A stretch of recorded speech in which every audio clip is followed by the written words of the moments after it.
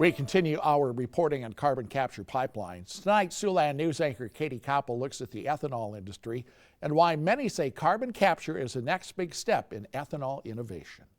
Driving across the upper Midwest, it's farm fields as far as the eye can see. Maybe that's why they call this the Corn Belt. Now 2 companies want to build carbon capture pipelines across these same farm fields.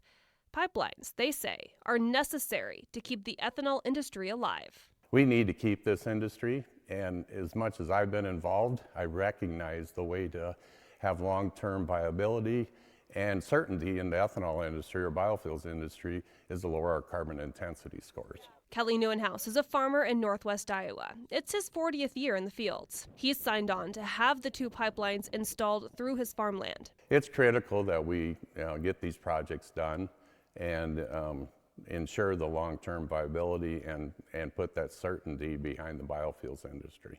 This is important for agriculture because it's the next step change for agriculture. Summit Carbon Solutions and Heartland Greenway's Navigator CO2 pipelines will capture the carbon dioxide ethanol plants produce, liquefy it into a pipeline, and sequester it deep underground. And what this does for the ethanol industry is it really stabilizes their balance sheet as well. It gives them another source of revenue that they can use into their plant and into their plant complex. Ethanol producers say this is a benefit to the American farmer. I wish I could predict the future for Lincoln Way Energy, but it would be a big plus to be able to continue with the growth and be able to sequester in, your CO2 into the pipeline.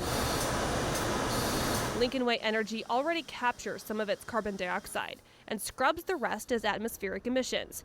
They say this partnership is also helping with the climate. Climate as well, economic growth, securing jobs, and for the future farmers and future ethanol producers also. A facility that adopts carbon capture technology like what we are proposing has the ability to reduce the carbon score of that gallon of ethanol by nearly 50%. They see this as the next step in ethanol innovation. And this industry doesn't look the same as what it did 20 years ago. It doesn't look the same as it did 10 years ago. It's continued to innovate, optimize, improve, and get better. This is just another one of those stepping stones of what I believe will continue to be a very long trajectory. A trajectory that takes carbon from a throwaway emission to a commodity for the future. It's a major bite of the carbon apple. And so when we look at this project and we think about, when I look at this project and I think about what it can mean for premium markets for ethanol, it's someday maybe premium markets for the dry distillers, which is a byproduct off of this plant as well. As I think about what that means for the future of agriculture. CO2 has the potential to be much the same way. It right now is a byproduct that has the opportunity to provide additional value into those facilities. They necessarily need the infrastructure to be able to do that, and that's how these infrastructure projects are being developed to be able to provide that. As Neuenhaus says, the carbon commodity is here to stay. If you've noticed, over the last 5 to 10 years, carbon became a commodity. And we're not talking only about carbon intensities, but carbon credits.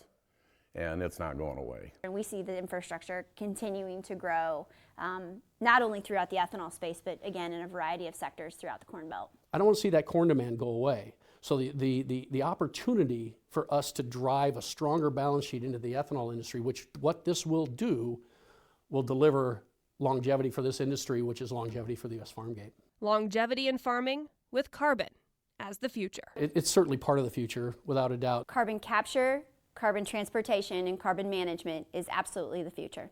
In northwest Iowa, I'm Katie Koppel reporting. Do you feel the pipeline companies have provided you with the information you need to know about these pipelines? Let Katie know for a future segment of Along the Route. Send her an email at klkoppel@siouxlandnews.com to let her know your thoughts.